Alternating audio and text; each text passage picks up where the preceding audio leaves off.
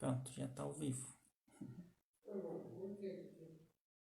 Posso começar ou não? Avisa quando eu puder. É que toma. Deixa eu ver onde. Aí, fiz. Pronto, já tá no lar. O pessoal já tá entrando, né? Todas as Vai contando, figurinhas gente. são as pessoas que estão entrando para assistir. Pode começar. Já tem 20 pessoas aqui, são as pessoas 21. que entram, 21. Pode começar? Pode. Boa noite, pessoal. Uma boa palestra para todos. Beijo. Queridos amigos, que Jesus, o nosso Mestre, possa nesse instante nos abençoar, para matarmos um pouquinho das saudades. Inclusive, eu queria pedir aos companheiros, aqueles que estão acostumados já com o nosso trabalho, coloquem um copo d'água, para que vocês possam, depois do trabalho, tomarem, em nome de Jesus, por lembrança de Maria, que nós possamos realmente dar sequência naquilo que um dia nós começamos. Nós estamos em lives, né? Em vídeos que estão no nosso YouTube, no Jesus Redivivo. Então curtam as inscrições, né? E vamos começar. Quando o nosso coração às vezes fica tão apertado por causa das saudades, por causa dos companheiros ausentes, saudades do trabalho, saudades até da minha salinha, aonde eu tenho oportunidade de conversar com os nossos companheiros, eu logo penso, em vez de ficarmos entristecidos, convém nós falarmos de Deus, porque nesse momento o que nos passa na mente é uma coisa tão linda de saber que nós somos irmãos, que somos assim filhos de Deus. Então, é necessário a gente lembrar de Deus. Por isso eu pensei, o que eu vou falar para meus companheiros? Vamos falar de Deus? Porque uma das coisas que mais me prendeu na doutrina espírita foi justamente o que ele explica a respeito de Deus. Porque até então, embora eu me dedicasse muito à religião, estudando, procurando conhecer mais e mais, pela própria necessidade do coração, eu comecei a ver, meus irmãos, que ninguém conseguia explicar Deus. Muitas vezes as religiões nos apresentavam um Deus que ficava assim muito bravo quando nós não o reverenciávamos, quando nós não entregávamos a ele talvez algo material que pudesse agradá-lo. E dava a impressão que ele ficava muito revoltado e vinha para cima para brigar com a gente. Assim nós fomos crescendo, procurando esse Deus. Até que um dia, no livro dos Espíritos, que eu peguei pela primeira vez, eu pensei, vamos começar do começo. Então eu me surpreendi, porque a primeira pergunta que Allan Kardec colocou no livro dos Espíritos não é quem é Deus, porque quando nós falamos quem é Deus, nós estamos assim humanizando Deus. Mas ele colocou o que é Deus. E os Espíritos respondeu, é a inteligência suprema, causa primária de todas as coisas. Puxa, meu coração disparou. Realmente, nós somos filhos de Deus, companheiros.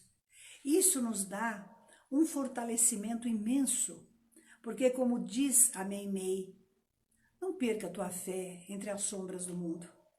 E a nossa fé ela é inabalável quando ela caminha ao lado da razão. E a doutrina espírita, que é a terceira revelação na Terra, com certeza ela tem resposta para todas as nossas dúvidas, para todas as nossas perguntas. E depois, no mesmo livro, logo um pouco mais à frente, eles perguntam, Kardec pergunta para os espíritos, qual é a prova da existência de Deus? E eles respondem dizendo o seguinte: num axioma que se emprega na própria ciência da Terra, conheça, não pelo efeito, você sabe a causa. Olha, se é um efeito inteligente, então tem uma causa inteligente. Basta nós olharmos para o nosso redor, nós vamos ver que existe tanta coerência na natureza, existe tanta grandiosidade nos astros, nas plantas, que nós vemos logo que é uma inteligência suprema, não é feita pela mão de Deus. Aí eu continuei interrogando, não é, as entidades, como é que a gente poderia entender Deus? Pelos atributos. O que seria atributos? Seria as perfeições de Deus, seria leis que regem todo esse universo. Então eles dizem o seguinte, que Deus é eterno. Olha que coisa incrível, Deus é eterno. Então, se ele tivesse tido um começo, teria saído do nada. Ou então teria sido criado por um anterior. E assim que pouco a pouco nós vamos remontando a ideia de Deus. Olha que interessante, não é? Nós sabermos entender isto. Gente, basta nós olharmos e perguntar. Então, Deus é eterno, porque se ele tivesse sido criado por alguém, então tinha tido outro Deus, já não seria o único. Então, nós raciocinando junto com esses espíritos, que afinal eles eram parte, não é, da codificação de Allan Kardec, porque para isto Kardec veio. Então, depois ele fala que Deus é imutável. Se ele estivesse sujeito às mudanças, as leis que regem o universo não teriam nenhuma estabilidade. Então, ele é imutável. Ou seja, nós vamos mudar para chegar até ele. Nós ficamos, às vezes, muito confusos, achando que Deus precisa do nosso óbolo, que Deus precisa de algo material. Não. O que Deus quer realmente é que nossas almas, nosso coração, nosso sentimento se entrega a Ele.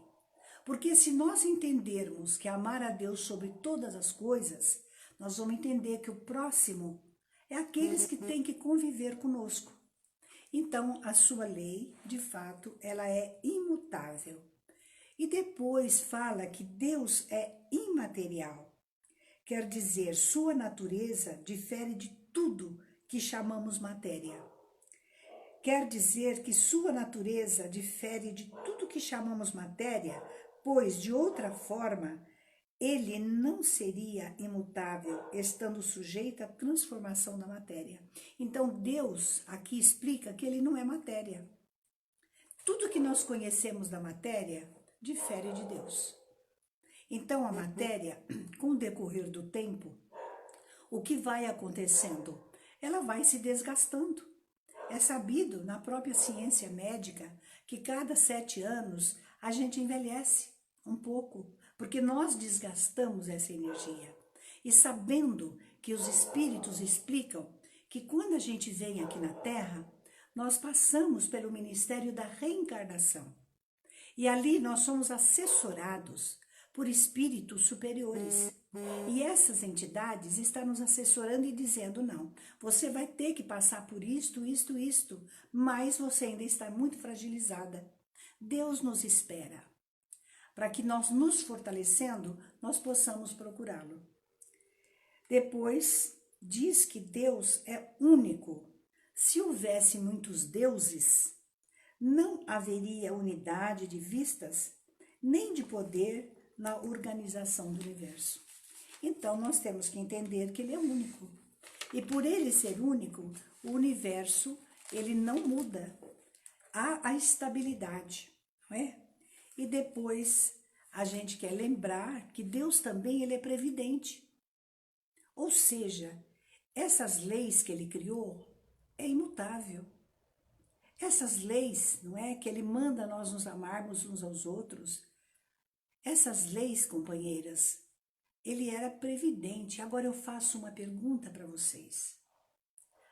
Depois que nós aprendemos isto, que ele é previdente, como é que nós vamos explicar que Deus criou anjos, espíritos perfeitos, e que essas entidades mais tarde se revoltaram e então passou a haver quem? Demônio.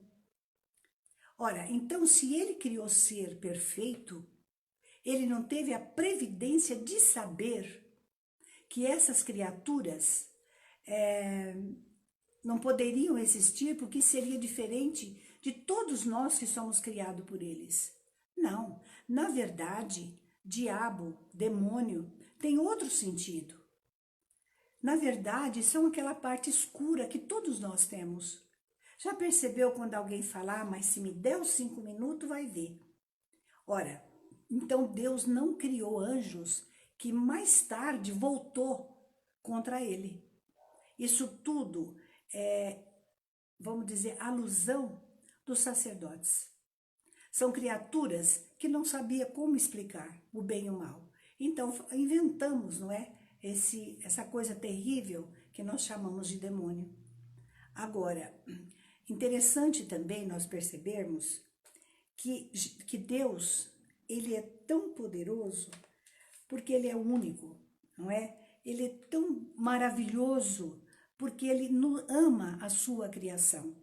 Então vejamos, se ele nos ama, por que ele vai pôr nós em prova, se ele já nos conhece? Não, ele dá oportunidade para a gente poder se movimentar no trabalho, desenvolvendo a inteligência para ajudar mais e mais aqueles que amamos e aqueles que estão ligados a nós. Então, é preciso, de repente, nós pararmos para pensar. E isso nos dá até um alívio, sabem? Porque ele não poderia também nos deixar covardemente na mão de uma criatura que nos faria tanto mal, mesmo ele sabendo que nós temos um grau pequeno de evolução. Então, como é que, de repente, Deus, sabendo da nossa pequenez ainda, da nossa ignorância, nos coloca com uma criatura tão terrível que está sempre levando a melhor? Onde está ele que não nos guarda? E depois, a gente também procurava tanta resposta, porque diziam para a gente quando íamos ao catecismo, é necessário ter fé. Sim, o que seria a fé?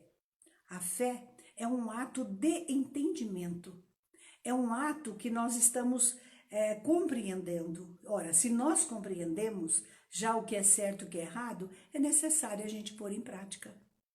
Então, meus irmãos, a gente está conversando a respeito disto com todo respeito por aqueles que acreditam realmente no demônio.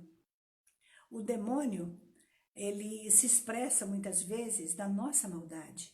É nós que somos mal. Não existe uma pessoa que nos subjuga a ponto de nós chegarmos e matar alguém. Não, se eu deixo me subjugar, é porque eu dou sintonia com aquela maldade, com aquela pessoa.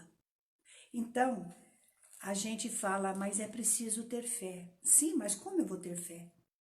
Enquanto tantas criaturas a gente vê que não tem nem o necessário dentro de casa. E de repente tem pessoas que esbanjam demais, estragando muitas vezes, não é, quando são colocados num posto de trabalho, aonde tem que fazer um país inteiro evoluir. Se deixa levar pelos prazeres da vida. Não foca o povo, mas foca o seu ego, o seu egoísmo. Foca aquilo que nós teríamos que nos despir para compreender Deus.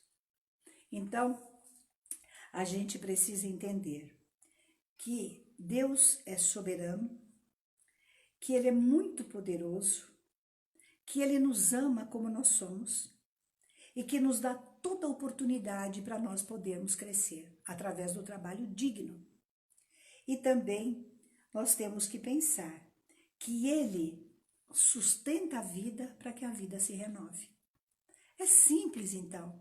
Aí eu me tornei realmente amante da leitura, da codificação espírita, porque eu vi que, afinal, eles têm razão.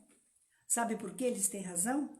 Porque a fé, ela é inabalável quando ela caminha ao lado da razão. Ora, eu tenho muita fé, mas de repente aparece um câncer, aparece uma virose qualquer e me derruba. Ora, se eu tenho tanta fé, por que eu tenho que passar por isto? Então, não é bem assim. Nós temos que estudar para nós compreender. Aí, compreendendo, a gente vai santificar a vida, a própria vida, né? Então, dentro de tudo que nós lemos hoje, sabendo que Deus é poderoso, que Ele é muito bom, que Ele é misericordioso, a gente entende que esse amor de Deus levou Ele um dia a chamar o Espírito que afinal ajudou na formação da Terra e o colocou como sendo o diretor do planeta Terra. E Ele prometeu que Ele viria até nós. É Jesus, o nosso diretor do orbe terrestre. É o Espírito mais perfeito que veio à Terra.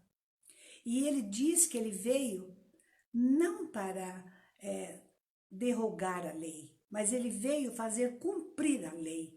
Porque até então, mesmo sendo os profetas do Velho Testamento, não é? Mesmo sendo todos que passaram, que foram líderes, nenhum viveu como Jesus viveu.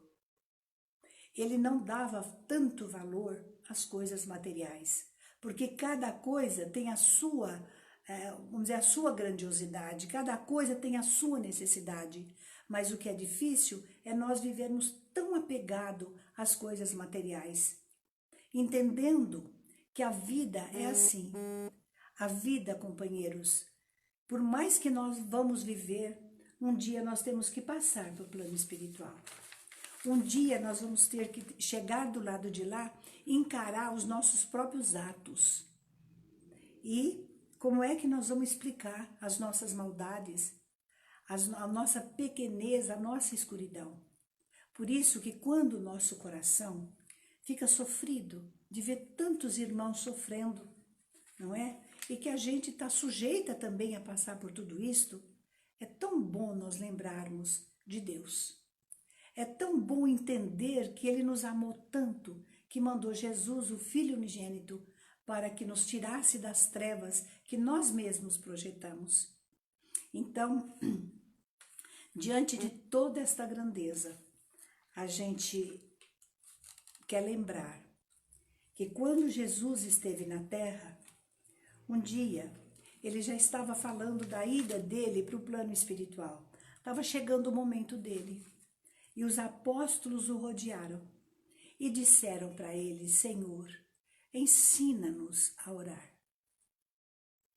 E Jesus recitou a prece do Pai Nosso. E esta oração, quando nós fazemos em benefício de alguém, nós estamos pedindo para este alguém aquilo que nós queremos para nós mesmos. Quando nós, enfim, oramos esta prece, nós estamos louvando a Deus. Nós estamos pedindo para Deus tudo quanto nós precisamos. Quando nós perdemos um ente querido, essa prece do Pai Nosso, se nós a fazermos como Jesus nos ensinou, com a alma, com o coração, esse nosso ente querido vai receber na hora uma vibração tão forte que o vai tirar das trevas, das mágoas, vai fazê-lo lembrar das coisas boas que ele viveu. Então, o Pai Nosso é a mais bela prece, porque foi recitada pelo próprio Jesus. Mas o Mestre sabia que nós haveríamos de esquecer essas orações, esta oração. Então, se nós ele sabendo que nós íamos esquecer, ele enviou o Consolador. E o Consolador interpretou o Pai Nosso para nós entendermos melhor. E é neste momento que eu convido a todos a pensar em Jesus. Se vocês não conseguem, ora, vamos mentalizar uma estrela, vamos mentalizar as flores, vamos mentalizar a natureza. Porque nós queremos dizer: Pai nosso que estás nos céus, santificado seja o teu nome. Acreditamos em vós, Senhor, porque tudo revela o seu poder e a sua bondade. A harmonia do universo testemunha uma sabedoria, uma prudência e uma previdência que cedem a todas as faculdades humanas. O nome de um ser soberanamente grande e sábio está inscrito em todas as obras da criação, desde o mais insignificante arbusto ao mais diminuto inseto, até nos astros que se movem no espaço. Por toda parte, vemos a prova de uma solicitude paterna. Cego é aquele que não vos reconhece em tuas obras. Orgulhoso é aquele que não vos glorifica. Ingrato que vos não presta ações de graças. Venha a nós o vosso reino. Que o reino da paz, da caridade, instituído pelo vosso amado Filho Jesus Cristo, se torne conhecido e obedecido de todos, para que cessem as maldades deste mundo. Que a inteligência e a razão humana esclareçam a luz das divinas verdades, de que são portadores os vossos espíritos, para que a incredulidade desapareça da terra e todos possam reconhecer a vós como o único Deus verdadeiro e a Jesus Cristo, Mestre soberano que vós enviastes.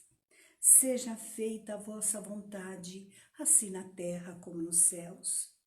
Ajudai-nos a observar as vossas leis, a submeter-nos sem murmurar aos decretos divinos, porque vós sois a fonte da sabedoria e do amor, e nós, criaturas inferiores, devemos satisfazer a vossa vontade.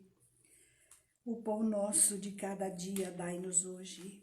Dai-nos o alimento material, para entreter as forças do corpo, e o alimento espiritual para o desenvolvimento do nosso espírito. Dai-nos, pois, Senhor, o pão nosso de cada dia, isto é, os meios de adquirirmos pelo trabalho as coisas necessárias à vida do corpo e à vida do espírito. Perdoai as nossas dívidas, assim como nós perdoamos nossos devedores. Perdoai as nossas ofensas, assim como nós perdoamos nossos ofensores. Senhor, da caridade fizestes uma lei expressa para nós, e fora desta lei não poderíamos reclamar a vossa indulgência. Se nós mesmos recusamos o perdão àqueles de quem nos queixamos, com que direito reclamaríamos para nós o perdão das muitas faltas que contra vós temos cometido? Se vos aprouver retirar-nos hoje mesmo deste mundo, permiti que possamos apresentar perante vós, puros de toda animosidade, a exemplo do Cristo cujas derradeiras palavras foram de indulgência pelos seus algozes. Não nos deixes cair em tentação, mas livra-nos do mal. Dai-nos forças para resistir às sugestões dos espíritos maus, que tentando desviar-nos do corrigir as nossas imperfeições, a fim de fecharmos a alma ao acesso dos espíritos impuros. Amém. Assim seja. Praz a vós, Senhor, que os nossos desejos se realizem. Todavia nos inclinamos diante da tua infinita sabedoria.